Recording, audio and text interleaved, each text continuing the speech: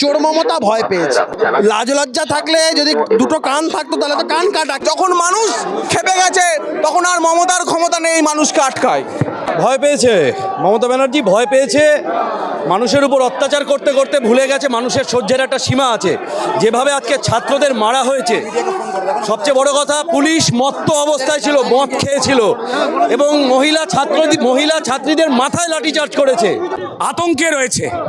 উনি জানেন তিনটে ডিপার্টমেন্ট, পুলিশ, স্বাস্থ্য দপ্তর আর পিডব্লিউডি প্রমাণ লোপাটের চেষ্টা করেছে, মানুষ জেনে গেছে। দেখুন, মমতা ব্যানার্জি সরকার কোর্টকে মানেন না, গণতন্ত্রকে মানেন না, সংবিধানকে তিনি মানেন না। ওনার যদি শরীরে বিন্দুমাত্র লজ্জা শরম বলে কিছু থাকে, এই মুহূর্তে ওনার পদত্যাগ করা উচিত। কারণ ওনার বোঝা উচিত পশ্চিমবঙ্গের মানুষ শুধু ওনাকে ঘেন্না করে তাই নয়, ওনার নামে থুতু করছে।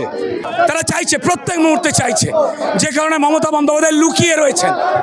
বাংলার মানুষের মুখ বন্ধ করা যাবে না। আজকে তো দেখিয়ে দিয়েছে বাংলার ছাত্র সমাজ, এখানে তো কোনো রাজনৈতিক দল নেই, তারপরে যে বিপুল ভিড় হয়েছে, এই ভিড় দেখিয়ে দিয়েছে মানুষকে, যে মানুষ দেখিয়ে দিয়েছে যে বাংলার এই সরকার তার সিংহাসনে বসে থাকার অধিকার হারিয়েছে। এরা আইন তো মানে না। 2021-এই তো কেন্দ্রীয় মানবাধিকার কমিশন বলে দিয়েছিল যে এখানে দেশের কোনো আইন চলে না, আইনের শাসন নেই। শাসক মানে তৃণমূলের আইন চলে। একজন ছাত্র আন্দোলনের ডাক দিয়েছিল, 4000 পুলিশ কর্মীকে নবান্ন নামালো। এ ডর হামে আচ্ছা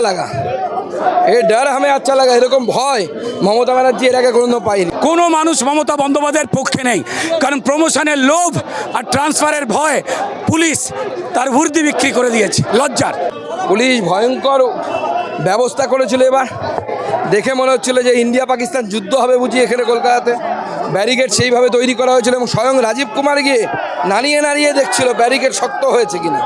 এখন পুলিশ তো বন্দে মাতরম শুনলে পশ্চিমবঙ্গ পুলিশ লাঠিচার্জ করবে, পাকিস্তান জিন্দাবাদ বললে লাঠিচার্জ করবে না। আরে ভাই, অবাঙালি অফিসারদের দিয়ে বাঙালি অফিসারদের উপর আজকে অত্যাচার করেছে বাংলার নিজের মেয়ে। তাই সেই বাংলার নিজের মেয়েকে এক মুহূর্ত নবান্নে আমরা দেখতে চাই না। রাজীব কুমার, মনোজ ভার্মা, বিনীত গোয়েল, মিরাজ খালিদ, সাথী ভাঙালিয়া, প্রবীণ ত্রিপাঠী, এইসব অবাঙালি অফিসারদের আজকে নামানো হয়েছিল বাঙালি ছাত্রদের মারার জন্য, পেটানোর জন্য। আমরা মানব না বাঙালি হিসেবে। আজকে বাঙালির হৃদয় গৌরব, বাঙালির অস্মিতার লড়াইতে আমরা নেমেছি। বাংলার নিজের মেয়েকে নবান্নের 14 তলা থেকে আমরা নামাবো। মমতা বন্দ্যোপাধ্যায় এই সমস্ত পাগলের প্রলাপ বকছেন, তার কারণ হচ্ছে উনি ভয় পেয়েছেন। এক কথায় বলবো, ভয় পেয়েছেন। কারণ গোটা রাজ্য জুড়ে আওয়াজ উঠছে, দফা 1, দাবি 1, মমতার পদত্যাগ।